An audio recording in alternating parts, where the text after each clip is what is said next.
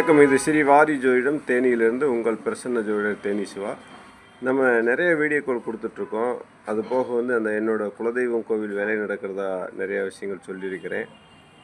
இப்போ ஒருவருடைய ஜாதகத்தில் சனி செவ்வாய் சேர்க்கை அல்லது சனி செவ்வாய் பார்வை இந்த மாதிரி இருக்கும்போது அவர்களுக்கு திருமண வாழ்க்கையில் மிகப்பெரிய ஒரு போராட்டத்தை கொடுக்கும் என்பது ஜோதிட சாஸ்திர விதி. ஆனால் நிறைய குருமார்கள் இதை ஆய்வு பண்ணியிருக்கிறாங்க. இந்த மாதிரி இருக்கக்கூடிய ஒரு சிலரோட ஜாதகங்கள் மிகவும் கடினமான அவர்களுக்கு திருமண தோஷத்தை கொடுத்துவிட்டு சொல்கிறது. அதிலும் 7ஆம் இடத்தில் சனியும் செவ்வாயும் சேர்ந்து இருக்கும்போது இன்னும் வீரியம் அதிகமாக வேலை செய்கிறது என்பதை புரிந்து கொள்ள வேண்டும். அப்போ இந்த வீரியம் அதிகமாக வேலை செய்யும்போது கோச்சார ராகுவோ அல்லது கேதுவோ இந்த சனி செவ்வாய் மீது பயணிக்கும்போது அவர்களுடைய திருமண வாழ்க்கையில் மிகப்பெரிய ஒரு தாக்கத்தை ஏற்படுத்திவிட்டு செல்கிறது. அப்போ இந்த தாக்கத்திலிருந்து நம்ம விடுபடணும்.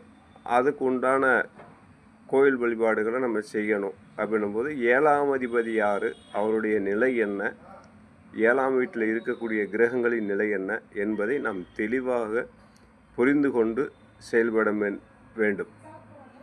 அப்படி செயல்படும்போது கண்டிப்பாக அந்த திருமண விஷயத்தில் மிகவும் கவனமாக ஜாதகத்தை ஆராய்ந்து வரக்கூடிய அன்பர்களுக்கு பதில் சொல்லும்போது மிகப்பெரிய ஒரு விஷயமாக பார்க்கப்படுகிறது. அதுபோல் அந்த சனி செவ்வாய் சேர்க்கை என்பது திருமண பந்தத்தில் மிகப்பெரிய தாக்கத்தை ஏற்படுத்துகிறது என்பதை ஜோதிட ஆய்வு சொல்கிறது. அதையும் தாண்டி இந்த கோச்சார ராகுவும் செல்லும்போது இன்னும் வீரியம் அதிகமாகிறது என்பதை சொல்லியிருக்கிறேன்.